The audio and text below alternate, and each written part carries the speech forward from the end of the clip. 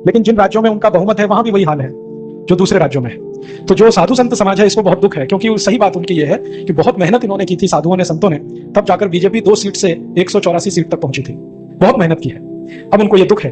तो अब उनका प्रश्न है कि आशा किस पर करें। तो मेरा एक छोटा सा आपको कहना है वो ये कि हमने बीजेपी को सत्ता में लाने की कोशिश की और उसके लिए मेहनत की, वो तो अच्छा था, लेकिन बीजेपी के नेताओं को आप जैसे लोगों ने कोई प्रशिक्षण नहीं दिया। हाँ, जो कमजोरी थी वो ये थी कि साधु संतों ने बीजेपी को सत्ता में तो लाया, लेकिन सत्ता में आकर देश चलाने वाले जो लोग थे उनका कोई प्रशिक्षण नहीं किया आपने, उनका कोई शिक्षण नहीं किया। जो उनका शिक्षण प्रशिक्षण किया होता तो वो पाकिस्तान में जाके बोलते कि मोहम्मद अली जिन्ना तो धर्मनिरपेक्ष था, संप्रदाय निरपेक्ष था, सेक्युलर था। ये तो मूर्खता की पराकाष्ठा है ना कि भारतीय जनता पार्टी का भूतपूर्व अध्यक्ष और इस देश का भूतपूर्व प्रधानमंत्री अडवाणी बोले कि मोहम्मद अली जिन्ना तो सेक्युलर था। इसका माने अडवाणी का कोई प्रशिक्षण नहीं हुआ। और जसवंत सिंह इस देश के रक्षा मंत्री होते हुए बोले कि अमेरिका का भारत में स्वागत है, कोई भी हवाई अड्डे से अमेरिका तेल भर के उड़ान ले सकता है, तो उनका शिक्षण नहीं हुआ, उनका प्रशिक्षण नहीं हुआ। तो बीजेपी को पार्टी के रूप में तो ला दिया आपने, लेकिन उनको धर्म क्या है, देश क्या है, संस्कृति क्या है, सभ्यता क्या है, उसका कोई शिक्षण नहीं दिया। उसका दुष्परिणाम यह हुआ कि बंदर के हाथ में उस तरह दे दिया आपने। तो बंदर क्या करने वाला है, उस तरह से काट ही लेगा अपने गले को या आपके गले को काट देगा, वही उन्होंने किया। अब ये गलती हम ना करें। अब क्या करें, अब हम फिर से एक नया अभियान शुरू करें और ये तैयारी के साथ कि हमको शिक्षित और प्रशिक्षित लोगों को लोकसभा में, राज्यसभा में, विधानसभाओं में भेजना है, जो ये जानते हो कि भारत क्या है, भारतीयता क्या है, धर्म क्या है, संस्कृति क्या है, सभ्यता क्या है, हमारे धर्म की दूसरे धर्मों से भिन्नता क्या है, हमारे धर्म से दूसरे के धर्मों में अंतर क्या है, संस्कृतियों में अंतर क्या होता है, सभ्यता का अंतर क्या होता है। ये शिक्षण प्रशिक्षण लेकर जो लोग जाएं विधानसभा, लोकसभा में, तो इस देश को बदल देंगे और अंत में उन्हीं से इस डेमोक्रेसी को भी बदलवा लेना है। ये डेमोक्रेसी तो नहीं चलने वाली। बिल्कुल सही है। कारण क्या है कि ये मूर्खता पर आधारित तंत्र है। मूर्ख जो हैं कहीं संसद में बैठ जाएं और कानून बनाएं पूरे देश के लिए, इससे ज्यादा बड़ी तकलीफ की बात क्या हो सकती है। हमारे देश में हर एक काम करने वाले को कुछ ना कुछ न्यूनतम दक्षता की आवश्यकता होती है। अगर कोई मूर्ति बनाना चाहता है तो उसके पास कोई न्यूनतम योग्यता होती है। कोई मंदिर में पुजारी बनना चाहता है उसके पास भी कोई न्यूनतम योग्यता होती है। अगर कोई अध्यापक बनना चाहता है उसके पास भी कोई ना कोई न्यूनतम योग्यता होती है। छोटे से छोटा काम करने वाले को न्यूनतम योग्यता की जरूरत है, लेकिन राष्ट्रपति बनने के लिए कुछ नहीं चाहिए। आप चोर हैं, उचक्के हैं, लुच्चे हैं, लफंगे हैं, बलात्कारी हैं, आप राष्ट्रपति हो सकते हैं इस देश के। प्रधानमंत्री बनने के लिए कोई न्यूनतम योग्यता नहीं चाहिए। वित्त मंत्री बनने के लिए इतनी भी योग्यता नहीं चाहिए जिसको वित्त का ज्ञान हो। फाइनेंस क्या होता है जरूरी नहीं है कि आपको ज्ञान है और आप फाइनेंस मिनिस्टर बने। ऐसे बहुत फाइनेंस मिनिस्टर हैं जिनको फाइनेंस का एबीसीडी नहीं मालूम। जो आदमी ने जिंदगी में कभी चाय की दुकान और किराने की दुकान नहीं चलाई, कॉमर्स मिनिस्टर हो गया इस देश में, वाणिज्य मंत्री। साइंस और टेक्नोलॉजी का अंतर नहीं मालूम, वो साइंस टेक्नोलॉजी मिनिस्टर है इस देश में। कपिल सिब्बल जिंदगी में वकालत की है, लॉ पढ़ाया है और पढ़ा है, वो साइंस टेक्नोलॉजी मिनिस्टर हो गया। तो इस देश में ये मूर्ख लोगों का तंत्र है, डेमोक्रेसी जिसको हम कहते हैं पार्लियामेंट्री। तो ये तो चलेगा नहीं, क्योंकि चलेगा तो देश का नाश करेगा। चाणक्य का एक सूत्र है बहुत सुंदर, वो ये कहते हैं कि जिस देश में मूर्ख लोग ज्ञानियों पर शासन करने लगे उस देश का तो सर्वनाश निश्चित है, और ज्ञानी लोग ज्ञानियों पर बैठकर शासन करने लगे तो देश का सर्वनाश तो निश्चित है। तो इस देश को सर्वनाश से तो बचा नहीं है। तो ये मूर्ख लोगों का जो शासन है, डेमोक्रेसी, इसको भी हटाना ही पड़ेगा, आज नहीं तो कल।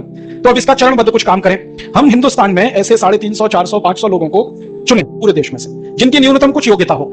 न्यूनतम योग्यता माने वो भारत को जानते हो, भारतीयता क्या है इसे पहचानते हो, धर्म और संस्कृति क्या होती है उन्हें मालूम हो, सभ्यता क्या होती है उन्हें मालूम हो, कम से कम धर्म के 10 लक्षण उन्हें मालूम हो।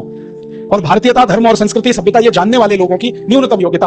और दूसरी योग्यता, लंगोट से पक्के हो और जेब से पक्के हो, माने स्खलनशील ना हो, क्योंकि स्खलित लोग जब ऊंचे स्तर पर पहुंचते हैं तो बंटाधार हो जाता है।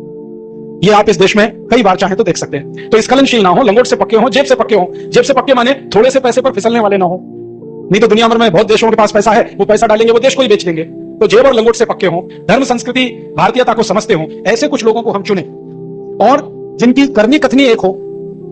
हमारे यहां महात्मा की परिभाषा है, जैसा बोले वैसा धारण करे। तो कम से कम महान आत्माएं हो वो।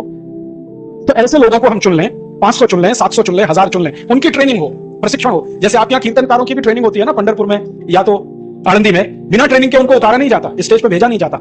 तो इनकी पहले ट्रेनिंग हो, 2 साल, 5 साल, 10 साल, फिर एक साथ इनको भेजा जाए लोकसभा में, एक साथ भेजा जाए विधानसभाओं में, और वहां जो कुछ भी उल्टा हो गया है उसको खत्म करा के, सीधा करा के, फिर इनको वापस बुला लिया जाए। और सिस्टम क्या हो, पार्टी खत्म कर दी जाए इस देश में से। पार्टी की हमें जरूरत नहीं, बिना पार्टी के ये देश अच्छे से चल सकता है। हजारों साल चलता रहा है, अगले हजारों साल भी चलेगा। प्रतिनिधि के रूप में अगर हमें कोई चुनना है तो हम आपस में बैठकर चुन लेंगे पार्टी क्या होती है। मान लो हमें नागपुर से अगर कोई प्रतिनिधि चाहिए संविधान और देश और सब व्यवस्था ठीक रखने के लिए, तो नागपुर वाले मिलकर तय कर लेंगे। उसमें बीजेपी कांग्रेस क्या होता है। ये जो पार्टी है ना, ये संगठित गिरोह है, गुंडों के, लफंगों के गिरोह बन गए हैं। पार्टी माने गुंडे और लफंगों का गिरोह। इस पार्टी को खत्म करें। और बिना पार्टी पर आधारित इस देश में से प्रतिनिधि चुने। प्रतिनिधि मैं चुनूंगा, आप चुनेंगे, दिल्ली से कोई नहीं आएगा। मैं नागपुर में रहता हूं, मुझे मालूम है कौन सा अच्छा व्यक्ति है जो मेरा एमपी होने लायक है, कौन सा व्यक्ति है जो एमएलए होने लायक है, कौन सा व्यक्ति है जो कॉर्पोरेटर हो सकता है, ये मैं समझता हूं। हम तय कर लेंगे। इसमें दिल्ली से कोई आए, चुनाव लड़के दिल्ली जाए, हमें यह व्यवस्था नहीं चलानी। तो अपने अपने प्रतिनिधि हम खुद चुन लें, जगह जगह भेज दें। वो प्रतिनिधि आपस में मिलकर किसी को प्रधानमंत्री चुन लें, किसी को वित्त मंत्री चुन लें, और जिसको हमने भेजा है उसको वापस भी हम बुला लें एक ही मिनट में। जो वो गुंडा निकले तो, बदमाश निकले तो, लुच्चा लफंगा निकले तो। ये नहीं कि 5 साल हम इंतजार करते रहे, दोबारा चुनाव आएगा तब उसको हराएंगे। ये 5 साल क्यों इंतजार करना? आज हमें मालूम है कि हमारा प्रतिनिधि गलत है, 2 मिनट में वापस बुला लें। जैसे घर के नौकर को बदल देते हैं, पता चला कि ये चोरी कर रहा है, 1 ही मिनट लगाते हैं निकालने में, ऐसे एमपी एमएलए को 1 ही मिनट लगना चाहिए संसद से बाहर निकालने में, विधानसभा से बाहर निकालने में। और ये सारा कंट्रोल लोगों के हाथ में रहे, प्रतिनिधि तो हमारे नौकर की तरह से काम करें, तो ये व्यवस्था ठीक चल जाएगी। ऐसा विकल्प है। तो इसमें पहला चरण ये है कि आप ऐसे पूरे देश के लोगों से कहिए कि 500-700 लोगों को चुन लें। आप मानते हैं कि ये बहुत अच्छे हैं, आपकी नजर में कोई अच्छे हैं, मेरी नजर में कोई अच्छे हैं। हमको इस देश में लीडर्स तैयार करने हैं, भविष्य के नेता इस देश में बनाने हैं, जिनकी समझ है और अकल है। डिग्री और समझ का कोई लेन देन नहीं है, आप ये ध्यान रखिए।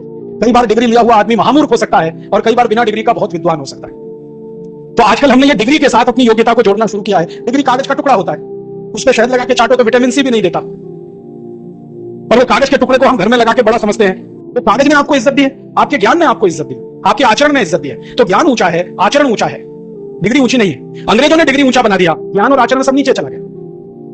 तो हम ऐसे कुछ लोगों को चुने जो ज्ञान और आचरण में अच्छे हों, भले वो डिग्री हो या ना हो, ये सब इमैटेरियल नहीं है। क्योंकि इस देश में जितने विद्वान हुए, गोस्वामी तुलसीदास की कोई डिग्री नहीं थी, संत ज्ञानेश्वर किसी यूनिवर्सिटी से पीएचडी करके नहीं निकले, रामदास स्वामी ने इतना बड़ा दासबोध लिख मारा, वो कहीं नहीं गए रिसर्च करने के लिए, ना अमेरिका ना यूरोप।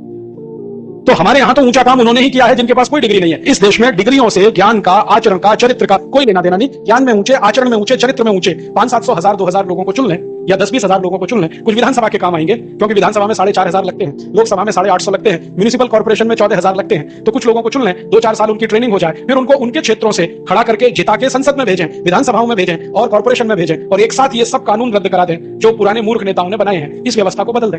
इसमें 4-5 साल लगेंगे, ज्यादा से ज्यादा 5 साल लगेंगे, इससे ज्यादा समय नहीं लगने वाला। बस हमें एक कदम आगे बढ़ाना है। हम पहले तय कर लें कि ये हैं, युवक हैं, युवतियां हैं, जिनमें कैपेसिटी है, लीडरशिप ये कर सकते हैं इस देश की, ऐसे चुन लें और उनको ट्रेनिंग देना शुरू कर दें, और वो ट्रेनिंग लेकर फिर जाएं, फिर वहां वो करेंगे जो आप चाहते हैं। आपने बीजेपी को जिताया, उसमें अधूरा काम हुआ, ट्रेनिंग तो आपने किया नहीं, उनकी जिता के भेज दिया। आपको मालूम नहीं था कि ये भी बंदर और उस तरह वाला ही खेल खेल लेंगे, वही उन्होंने खेल दिया। तो अब इसमें दुखी होने की जरूरत नहीं है। अब की बार जो पुरानी गलती है वो दोहराए नहीं।